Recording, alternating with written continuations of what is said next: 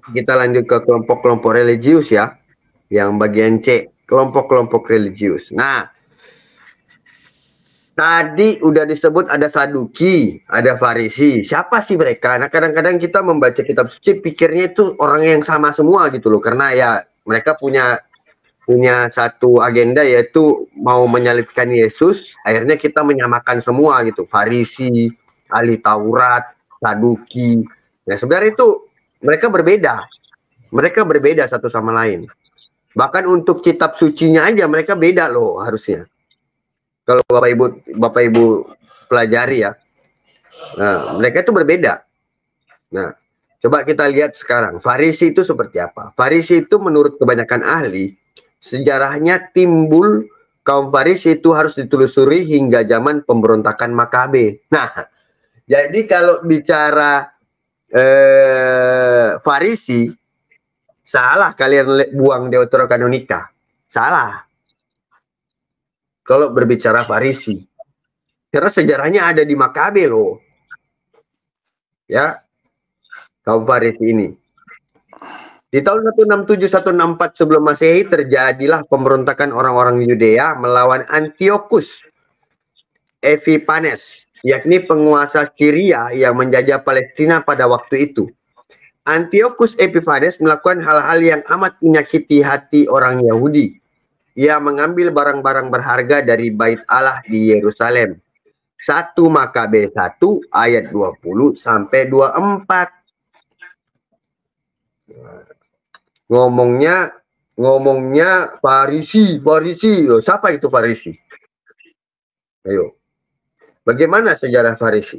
Pasti nggak bakal tahu kalau kamu buang Deuterokanonika. Kita baca di 1 Makabe ya. 1 Makabe 1 ayat 20 sampai 24. Bunyinya seperti ini.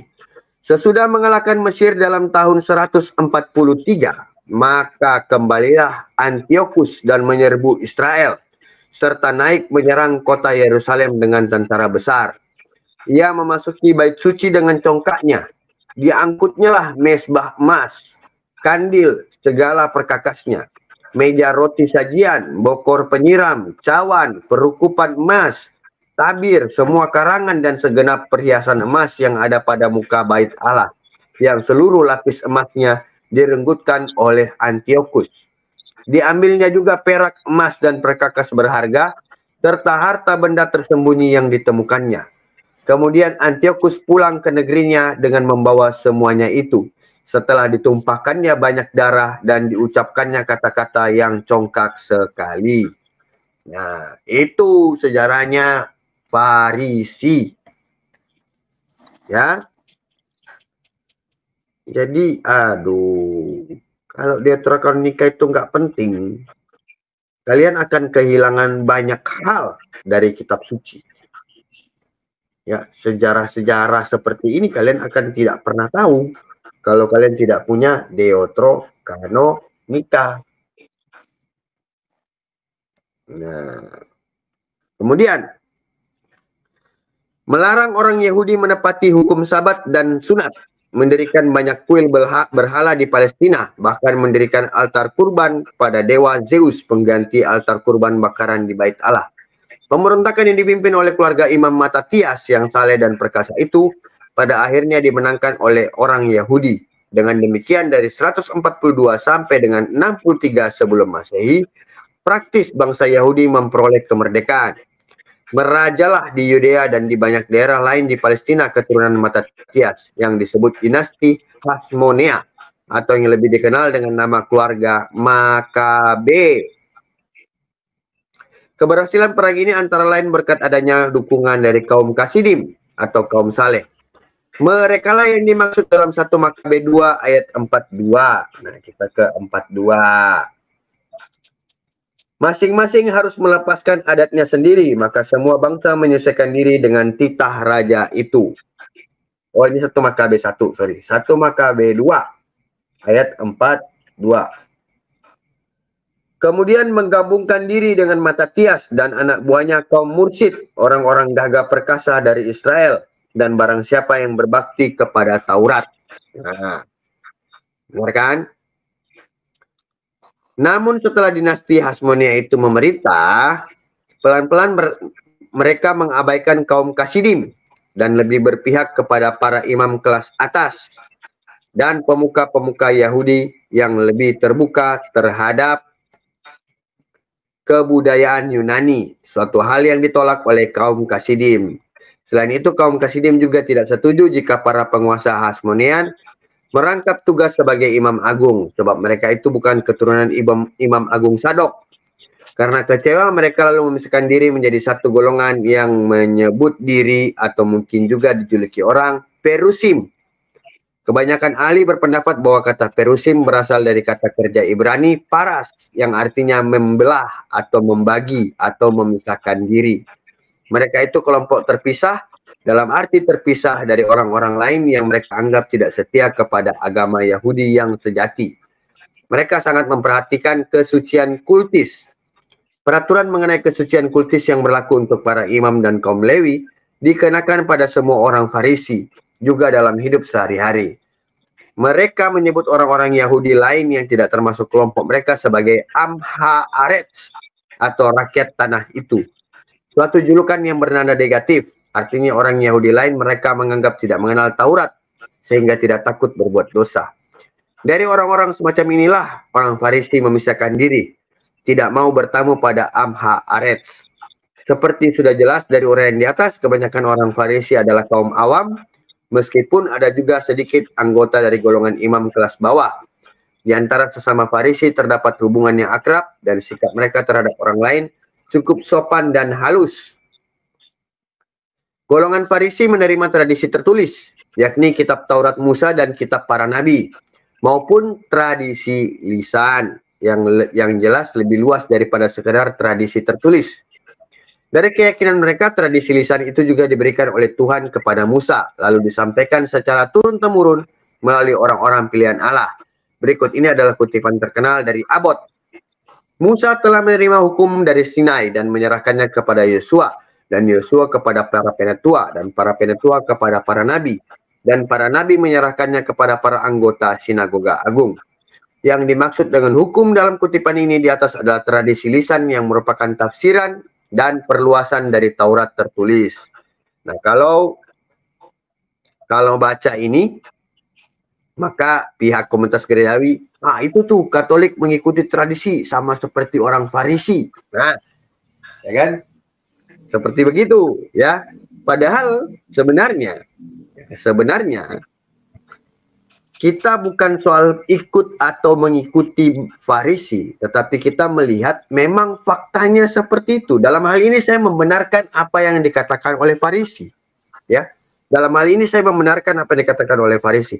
Karena sejatinya memang apa yang diajarkan Musa turun kepada Yosua, Yosua kepada penatua, itulah yang disebut tradisi.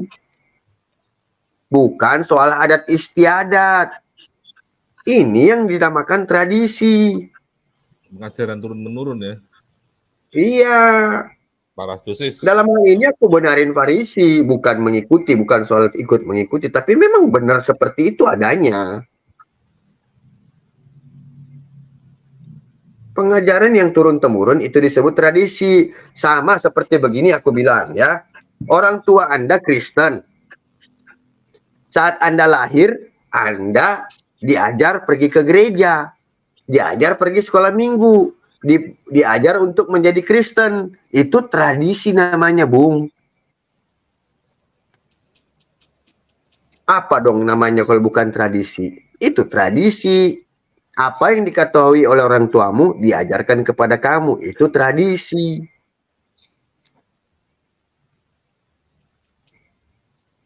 Gitu loh ya.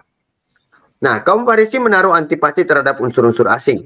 Karena mereka ingin mempertahankan kemurnian agama Yahudi. Sesuai dengan hal ini, sikap mereka terhadap penjajah Roma sudah jelas. Mereka enggan bekerja sama dengan penjajah. Akan tetapi di lain sisi, mereka tidak mau memberontak. Dengan kata lain, kerjasama mereka dengan penjajah Roma amat reservatif. Mereka lebih suka membiarkan Tuhan sendiri untuk bertindak menyelamatkan umatnya. Mereka ingin dekat dengan rakyat jelata. Rakyat menganggap mereka penjaga warisan rohani bangsa Israel dan ahli dalam penafsiran Taurat. Jadi kaum Farisi memang lebih populer di kalangan rakyat sebagai pemimpin rohani bangsa. Namun sayangnya banyak orang Farisi jatuh ke dalam legalisme. Artinya mereka terlalu mementingkan hukum-hukum yang lahiriah sampai hal-hal yang sangat kecil, tetapi melupakan jiwa hukum itu sendiri. Misalnya, mereka menentukan apakah yang boleh memakan buah yang kebetulan jatuh dari pohon pada hari Sabat. Apakah orang yang sakit gigi boleh berkumur pada hari Sabat dan sebagainya. Jadi hal-hal yang tidak penting gitu loh mereka bahas. Tidak jarang tafsiran mereka malah bertentangan dengan jiwa hukum Taurat. Misalnya dalam salah satu tulisan mereka dikatakan seorang kafir yang mempelajari Taurat pantas dihukum mati. Nah, ini kan salah ya. Justru ini kok malah dekat. Ya sudahlah ya. Seorang kafir yang mempelajari hukum Taurat pasti hukum mati. Tafsiran ini jelas bertentangan dengan semangat Yesaya 42 ayat 6. Yesaya 56 ayat 6. Masih ada banyak peraturan lain yang bertentangan dengan isi hukum Taurat sendiri. Yesus dalam Markus 7 ayat 11 sampai 13 memberi satu contoh. Di situ dinyatakan bagaimana mereka membatalkan penghormatan kepada orang tua yang jelas merupakan hukum Allah. Dengan dalil bahwa ada yang seharusnya dipakai untuk memelihara orang tua, sudah mereka pakai untuk menyediakan kurban bagi Allah. Kemudian Yesus menandaskan dan banyak hal lain seperti itu yang kamu lakukan. Markus 7 ayat 13. Mereka juga terkenal suka membebankan kewajiban-kewajiban ke atas pundak rakyat, tetapi mereka sendiri tidak mau menyentuhnya. Matius 23 ayat 4 ya. Jadi contohnya, bertobatlah, kerajaan Allah sudah dekat, kalian harus begini, begitu. Setelah khotbah, pulang, dia sendiri melakukan banyak kesalahan. Mirip dengan siapa? Tidak tahu, silakan cek sendiri. Iso ngomong tok tapi iso ngelakoni lah gitu dia. Ya. NATO, not action talk only. Ya, NATO, betul. NATO, no action talk only. Jadi kalau berbicara kita yang sama dengan ahli Farisi, tapi di lain pihak mengenai Matius 23 ayat 4 kok lebih mirip dengan ya sudahlah, ya. Ya sudah. Kecaman-kecaman pedas, ya. Ya sudahlah. Ya sudahlah, ya. Kecaman-kecaman pedas yang dilontarkan Yesus kepada kaum Farisi tidak mengherankan. Dokumen-dokumen di luar Perjanjian Baru pun memuat kritikan dan sindiran yang tidak kalah pedasnya. Dalam kitab Talmud misalnya digambarkan macam-macam tipe orang Farisi. Ada 7 tipe, tetapi hanya tipe ke-7 yang ideal. Yakni tipe orang Farisi yang takut akan Allah. Di antara tipe yang tidak ideal adalah orang Farisi munafik yang suka berjalan dengan lagak tertentu agar mereka tampak rendah hati. Ada orang Farisi yang membentur-benturkan kepala sampai berdarah agar tidak sampai melihat atau tergoda wanita dan sebagainya. Juga ada orang Farisi yang baik suka mengecam sesamanya yang kurang baik. Nah, suka menghakimilah intinya. Ada orang-orang Farisi yang baik, misalnya Nikodemus. Nah, benar kan? Nikodemus ini orang Farisi, tetapi dia anggota Sanhedrin kalau setahu saya, Om. Ya. Kemudian ya, ada Gamaliel, mungkin ada Paulus. Itu ya. Imam-imam kepala, ya, keluarga. Ya, imam-imam kepala tadi. Iya, karena imam-imam kepala kan ada yang Farisi juga kan, dikatakan situ. Nih, ahli-ahli kitab. Bukan imam-imam kepala, Om. Ahli-ahli kitab. Oh, ahli kitab ya. Ya, karena kalau imam kepala itu udah pasti Saduki. Oh, Mak Oh iya betul. Oh, Evi. Kayaknya. Ya, silakan Om Rafael. Oke. Terima kasih ya. Memang kalau kita lihat ya, Farisi sebenarnya baik awalnya ya. Itu jauh sebelum Yesus padahal ya. Mereka itu sebenarnya waktu itu suatu sekte yang memang agamais ya, religius ya. Antara firman yang mereka lakukan dengan perbuatan. Tapi makin ke sini mereka semakin ekstrim. Mereka selalu berbuat khotbah menurut firman, tapi perbuatannya tidak sejalan ya. Ya, memang kita harus tahu sejarah awal Farisi itu yang mana. Sekarang kalau zaman sekarang modern, Farisi itu kan memang orang yang putar balik. Tetapi kalau secara awal tidak begitu. Makin ke sini pengajaran Farisi itu semakin ekstrim, hanya pengkhotbah, teoritis, perbuatan tidak menunjukkan tentang kesetiaan mereka terhadap pengajaran Yudaisme. Demikian pun sekarang ini kalau kita lihat ya, kita tidak menyebut orang-orang lain, tapi fakta-fakta demikian zaman modern sekarang, padahal sebenarnya kita harus menjaga antara iman dan perbuatan harus seimbang, sejalan, seirama, sehingga tidak menimbulkan fiksi-fiksi baru. Ya mungkin teman-teman lain ya lanjutkan. Iya. Nah, Bang Yusef, ya, menambah dulu Bang Yusef. Ya, kayaknya yang suka nuduh-nuduh Farisi itu sebenarnya Farisi ya. Kalau zaman now. Ya Om. Ya kan. Itu sejarawan Farisi ya seperti itu. Saya Ya, kita perhatikan aja. Om Segaran Solo ikut nggak? Ya kan Om Rafael, kalau kita perhatikan. Oke, betul. Ya kan? Yang suka nuduh-nuduh, oh kalian kayak kelakuan Farisi. Padahal setelah kita lihat, kayaknya kayak ini loh. Ternyata. Nah itu dia. Silakan Om Aifi. Betul Pak. Benar Pak. Kalau kita lihat ya, sejarah-sejarah kita dunia, termasuk gereja nih kan. Pada saat awal mula pengajaran agama, dari lama dan baru, itu para nabi itu kan orang suci, Pak, orang pilihan Allah, karena keteguran mereka. Pada akhirnya mereka jatuh, karena apa? Tidak setia dan panggilan hidup itu. Mereka dipengaruhi oleh kemauan manusianya, para nabi-nabi yang sebelumnya. Bahkan sampai Yohanes Pembaptis. Nah, makanya kenapa Yohanes Pembaptis itu dimasukkan dalam perjanjian baru. Tapi sesungguhnya ada perjanjian lama dia, Yohanes Pembaptis ya. Dia orang nabi terakhir yang memang hidupannya baik sampai dia dibunuh karena pengajaran dia, karena pola-pola dia, dan sampai dia hidup pada zaman Yesus. Tapi kalau kita lihat sejarah-sejarah itu, nabi-nabi sebelum pilihan Allah, Pak. Pada akhirnya mereka hancur lebur karena perbuatan mereka. Nah, itu kita tidak bisa hindari. Kita tidak bisa hindari. Nah, demikian juga Farisi. Awalnya bagus sekali. Perbuatan mereka, iman mereka baik. Pada akhirnya kepengaruh karena faktor diaspora dari luar. Hancur juga. Nah, sehingga sekarang apa? Zaman sekarang kita mengatakan Farisi itu orang putar balik. Sesungguhnya pada awalnya tidak begitu. Lebih kepada teoritis sebenarnya. Sekarang pun terjadi, Pak. Ya, lanjut mungkin teman-teman lain. Tapi gini loh Om Rafael, saya melihatnya seperti ini.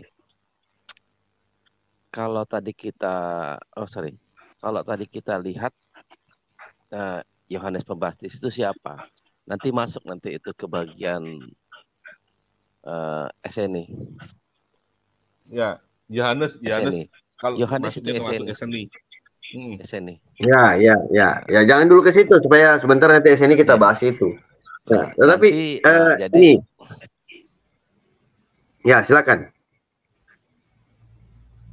Nah, gini, Farisi itu kalau saya lihat itu karena terlalu dielu-elukan. Yang awalnya tadi Om Rafael, ya saya pendapat sama Om Rafael, dielu-elukan, mereka lah yang benar, apa ajaran mereka benar, akhirnya mereka sombong, jatuh kesombongan rohani karena mereka merasa mereka benar dan orang lain salah. Nah itu kelakuan siapa saat ini? Silakan dijawab masing-masing. Silakan Om. Yang sebenarnya saya tidak sabar untuk masuk ke poin kedua ini sebenarnya, ya. Ini gambaran paling nyata lah kalau poin kedua ya. Kita lihat sebelum masuk ke poin kedua, siapakah Farisi dan Saduki itu ya? Di sini sudah dijelaskan ya siapa itu Saduki dan Farisi. Mereka adalah anggota dari Sanhedrin. Satu kelompok loh sebenarnya ini Sanhedrin ya, Mahkamah Agama. Mereka di situ ya, ibaratnya mereka adalah satu golongan, imam-imam kepala, tua-tua bangsa dan ahli-ahli kitab. Mereka terdiri di situ, yaitu bangsa Saduki dan Farisi. Tetapi, nah ini poin kedua, makanya saya bilang, saya nggak sabar masuk ke sini poin kedua. Poin kedua, bangsa Saduki itu adalah lawan kaum Farisi. Nah, di antara mereka saling melawan. di antara mereka saling melawan. Mirip nggak dengan situasi dari sebuah kelompok, sebuah komunitas gerejawi yang kita bilang, mereka sendiri saling bentrok. Yes, it Satu is. kelompok lah mereka. Yes, it is. Gitu ya, Om Ya, Rianto. Seperti itulah.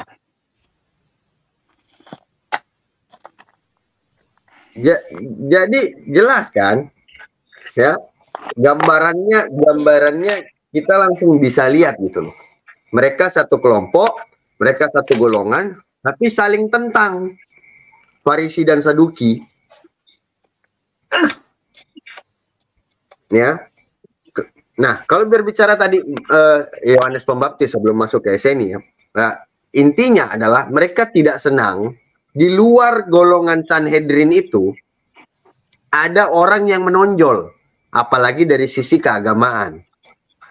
Mereka melihat jika ada orang yang menonjol mewartakan soal keagamaan dan mulai banyak pengikutnya, itu adalah ancaman bagi Sanhedrin. Karena lama-kelamaan orang tidak akan mendengarkan lagi Sanhedrin, malah mendengarkan orang itu. Nah, saya potong Gitu. bro, Om Aife. Itu kan Nah. jadinya apa? Kesombongan rohani kan? Ya, kesombongan rohani dan juga adalah memikirkan hal duniawi. Artinya mereka memikirkan posisi mereka. Iya. Awalnya kan kesombongan rohani karena mereka berpikir bahwa yang dari mereka lah yang benar. Yang lain ya nggak seperti mereka itu loh. Karena kedudukan duniawi mereka. Satu lagi, ya tadi Om Aife bilang benar, kedudukan mereka itu terganggu. Betul, itu. Nah, silakan lanjutkan Om Aife. Ya, jadi kalau tadi Farisi diambil dari Makabe ya, ceritanya Farisi itu ada di dalam Makabe, 1 Makabe. Kalau Saduki itu kita bisa lihat di 1 Raja-Raja, ya. Itu adalah berkaitan dengan nama Zadok yang diangkat menjadi imam agung pada zaman Raja Salomo. Kelompok keagamaan ini didirikan oleh Hyrcanus, ya ini anak Simon dari keluarga Makabe lagi. Nah, ini masih berhubungan dengan Makabe sebenarnya. Jadi Masih erat ya Pak ya? ya, Farisi, Saduki itu kalian bisa temukan di Makabe. Sehingga mengatakan Deuterokanonika itu tidak penting. Anda asal-asal sebut Farisi, Saduki, tapi nggak ngerti gitu loh. Kehilangan sumber berarti. Nah, itu dia konsekuensinya. Ya kan selalu kita katakan mereka saat makan pisang goreng mereka cuma taunya ini pisang goreng, nggak mau tahu pisangnya itu ditanam oleh siapa, tumbuhnya berapa lama, setelah dia panen siapa yang panen, mereka nggak peduli. Mereka taunya depan mereka pisang goreng, udah. Pisang yang Betul digoreng. kata Bu Reno. Betul kata Bu Reno. Iya, mereka nggak mau lihat sejarahnya gitu. Mereka cuma taunya ada Farisi, ada Saduki, udah. Tentang siapa mereka bodoh amat gitu. Nah, jadi sebagian besar anggotanya adalah para imam kelas atas dan para keluarga terkemuka Yahudi. Jadi mereka ini menjadi aristokrat, artinya kelompok elit yang memiliki banyak privilege. Kinerja kaum Saduki ada di sekitar Bait Allah, di sekitar kurban-kurban. Justru karena kebanyakan dari mereka adalah imam kelas atas, maka tidak mengherankan kalau sesudah kehancuran Bait Allah pada tahun 70 Masehi, kelompok Saduki ini lenyap dari panggung sejarah. Ya, yang tetap bertahan adalah kaum Farisi. Nah, jadi Saduki hilang di telan bumi pada saat Bait Allah juga hilang, ya. Bait suci itu hilang. Dalam hal kepercayaan orang-orang Saduki bertentangan dengan Farisi. Karena orang Saduki hanya menerima tradisi tertulis saja. Ayo, siapa? Ayo. Hehehehehe. Siapa? Ayo yang hanya menerima yang tertulis, tidak mau menerima yang lisan. Nah, itulah dia. Si jali-jali. Jadi kalau ngomong sola scriptura itu bersejarah, ya ternyata memang bersejarah Om. Ada sejarahnya dalam kitab suci Om, yaitu Saduki. Iya, jelas. Ya, jadi kita udah dapat gambaran baru nih ya, dapat insight baru lah, insight baru ya. Insight barunya itu adalah benar ternyata selama ini kita ngomong sola scriptura tidak bersejarah, ternyata salah kita ya. Kita akui kita salah. Ternyata bersejarah loh sola scriptura itu. Karena memang pada zaman perjanjian baru ada kaum-kaum yang sola scriptura. Tetapi sayangnya bukan Yesus dan para rasul, tetapi orang Saduki. Iya. Jadi atau jangan-jangan mereka itu yang katanya udah punah itu loh. Jadi yang seperti sekarang. Ini jangan-jangan Bisa ya, jadi, curiga. bisa Ya. jadi. Gimana menurut Om Rafael? Ya, mana-mana saja tentang penilaian kita masing-masing. Monggo. Om Rafael jadi nggak bisa berkata-kata ya. Ya, sebagai orang Katolik, iya kita tidak anarkis, kita tidak terlalu itu ya, tapi kita baik-baik sajalah, tergantung mata hati masing-masing aja. Tadi kan saya ngomongnya gini loh Om Rafael. Jangan-jangan kan belum kita bilang pasti. Jangan-jangan gitu loh. Ya, ya. Semakin menguatkan di sini adalah begini ya. Selain mereka hanya menerima tradisi tertulis saja, yaitu Taurat Musa dan kitab nabi-nabi, mereka juga beranggapan tradisi lisan yang sangat diagungkan oleh kaum Farisi tadi adalah rekayasa manusia. Lebih mirip lagi kan? Iya. Jelas. Ya, jadi kayak kita ngomong soal Mariologi itu karena dari tradisi, itu buatan-buatannya Katolik aja, rekayasanya Katolik aja, sama kan? Yoi. Karena apa? Karena apa mereka beranggapan itu adalah rekayasa? Ya, karena mereka tidak menemukannya dalam tradisi tertulis. Jadi saat mereka mana ayatnya, nggak ada ayatnya. Kami tidak mau percaya karena tidak ada yang tertulis dalam Alkitab. Itu mata ayatan kayaknya.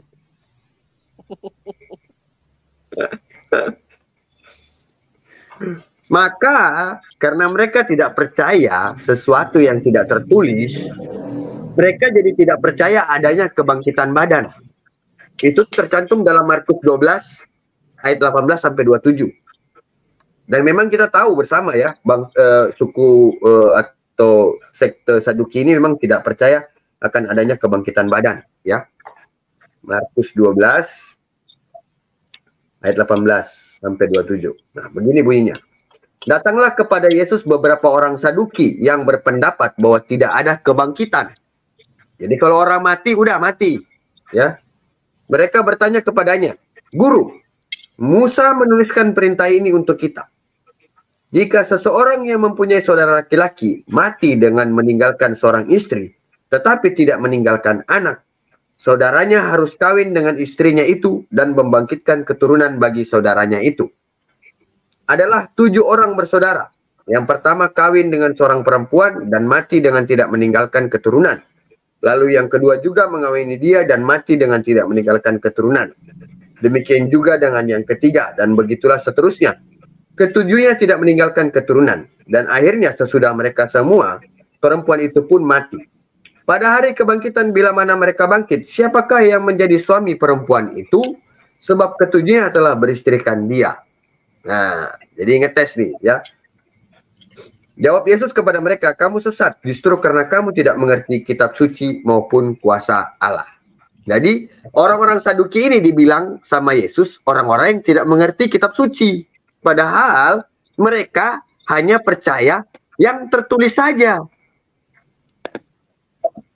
Jadi ibarat orang yang mengatakan sola scriptura, orang-orang inilah yang nggak mengerti kitab suci. Nah loh.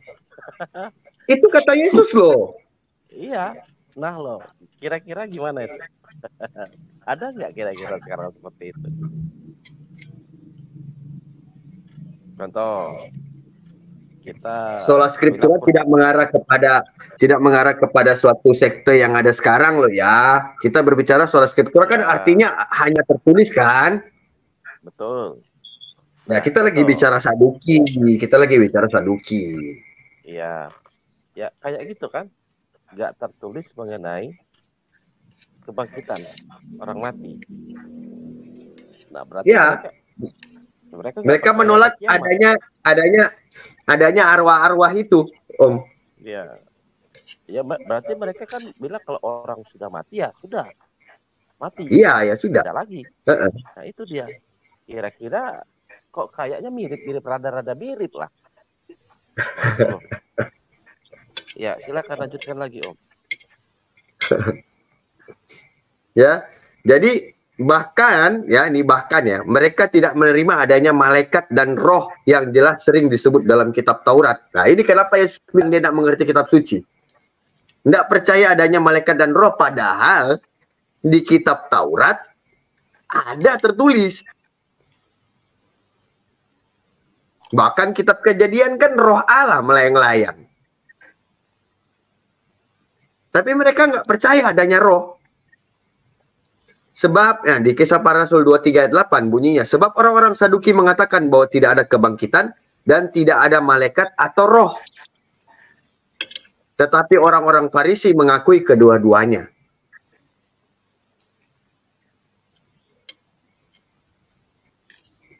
Ayo. Jadi boleh dikatakan orang-orang Saduki itu keras dalam soal prinsip agama, sebab hanya menerima sabda Allah dalam bentuk tertulis. Namun mereka itu lunak dalam praktek hidup, karena mereka ternyata terbuka untuk unsur-unsur budaya asing. Lebih mirip lagi ya, katanya hanya percaya tertulis, tapi kalau lagi lawan kita, bapak-bapak gereja punya tulisan diambil juga, kan ya? Mirip. Ya, mirip. Ya makanya tadi saya bilang, jangan-jangan yang katanya dulu pernah berubah bentuk. Nah itu dia, curiga. Reinkarnasi berarti Om. Bisa jadi Om Aife reinkarnasi. Nah Om, itu dia. Reinkarnasinya justru Om, menurut saya disclaimer, reinkarnasinya justru mengadopsi dua-duanya, Saduki dan Farisi Om. Diambil dua-duanya ya, diserap dua-duanya. Dua-duanya, ya kan? Coba kita lihat dia ngomong, dia pandai, tapi kelakuannya. Iya, betul Om Oriel. Makanya tadi kan saya bilang, jangan-jangan. Kan tadi dikatakan kaum Saduki ini, imam besar ini, ya udah punah setelah Bet Hamidas dihancurkan tahun 70 Masehi. Jangan-jangan. Nah itu loh. Jangan-jangan mereka nggak hilang, mereka cuma bersembunyi di mana, di suatu tempat gitu, terus beranak cucu kan? Nah itu dia sama maksud saya. Jangan-jangan mereka inilah. Nah itu. Mereka tetap ada, tapi berubah nama. Nah gitu dia Om Aife. Ya, silakan. Betul Pak Yosef, betul itu. Sebaliknya kaum Farisi, ya silakan Om, sebelum saya lanjut. Ya sebenarnya begini, saya pribadi ya, saya juga termasuk orang Saduki ya. Karena apa? Ketika saya gunakan hak saya paling egois di bumi ini sampai sekarang. Dari Adam mungkin, saya paling egois. Setiap orang manusia paling egois yang sangat fundamental ya. Egoisnya itu tinggi sekali. Bahwa yang lain itu di bawah saya tidak perlu. Karena apa? Saya ambil yang baik-baik saja, yang enak-enak, yang kira ke seorang lain. Itu soal nafsu ya. Tetapi bagaimana saya memahami pengajaran saya alami pribadi, kita harus di tengah-tengah, ya.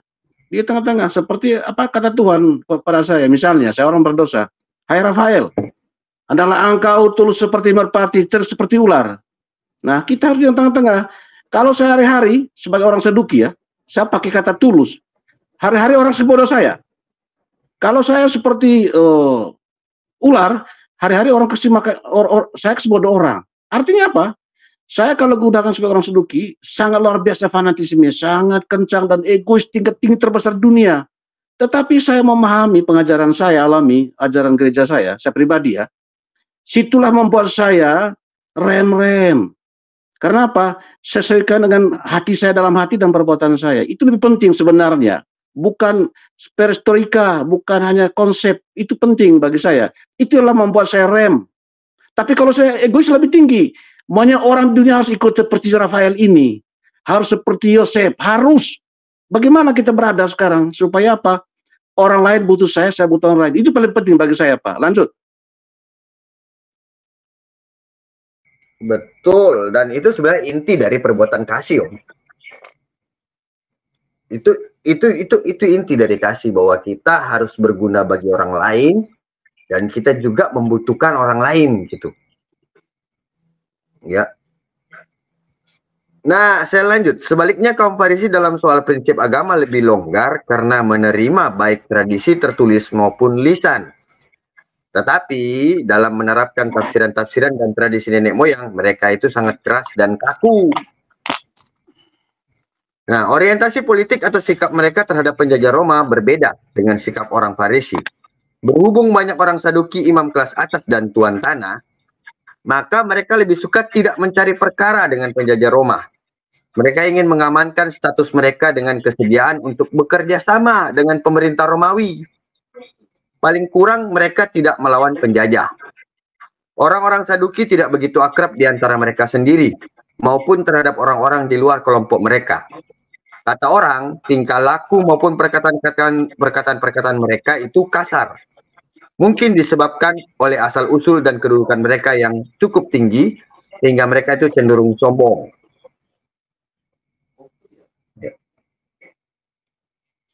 Ya, jadi kita udah kenal kaum Farisi, kita kenal kaum Saduki, sekarang menjadi refleksi, ya, refleksi kita.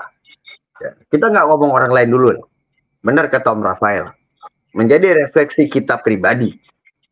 Hendaklah kita jangan menjadi seperti mereka. Ya, betul sekali. Ya, hendaklah kita jangan menjadi seperti mereka. Nah, kalau berbicara kita lihat di kitab suci, dua kaum ini yang sekali kan sering dikritik oleh Tuhan Yesus kan? Ya, betul. Nah, tetapi begini, kita kalau tidak mau menjadi seperti mereka, bukan berarti segala sesuatu yang baik dari mereka pun kita tidak mau ikutin, gitu loh. Nah, jadi jangan juga disalahpahami bahwa saat kita bilang kita jangan menjadi Farisi, jangan menjadi Saduki, kita melihat setiap orang pasti punya hal positif dan negatif. Tidak mungkin negatif semua, ya. Termasuk kayak Farisi, ya, yang mengambil tradisi tertulis dan tradisi lisan. Ya. Kita ambil itu. Karena kenapa? Secara logika berpikir memang benar gitu loh. Apa yang dipikirkan oleh Farisi, bahwa apa yang mereka terima sebagai ajaran, dan mereka sebut sebagai Taurat, itu memang diturunkan secara turun-temurun yang disebut sebagai tradisi lisan. Tidak semua tertulis. Ada tradisi-tradisi yang memang dari Musa, dari zaman Musa, kepada Yosua, kepada para penatua-penatua, yang memang hanya disampaikan secara lisan, tidak tertulis. Jadi bukan berarti kita tidak mau menjadi Farisi lalu kita tidak melakukan hal itu, ya. Tidak. Kita ambil yang benar-benar bisa dipertanggungjawabkan secara logika berpikir yang baik gitu.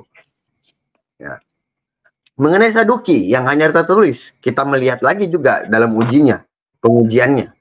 Secara tertulis, mereka akan melanggar hal-hal yang mereka tidak tahu. Seperti misalnya contohnya tadi, ya, saat mengatakan tidak ada kebangkitan, dihardik langsung sama Yesus kan.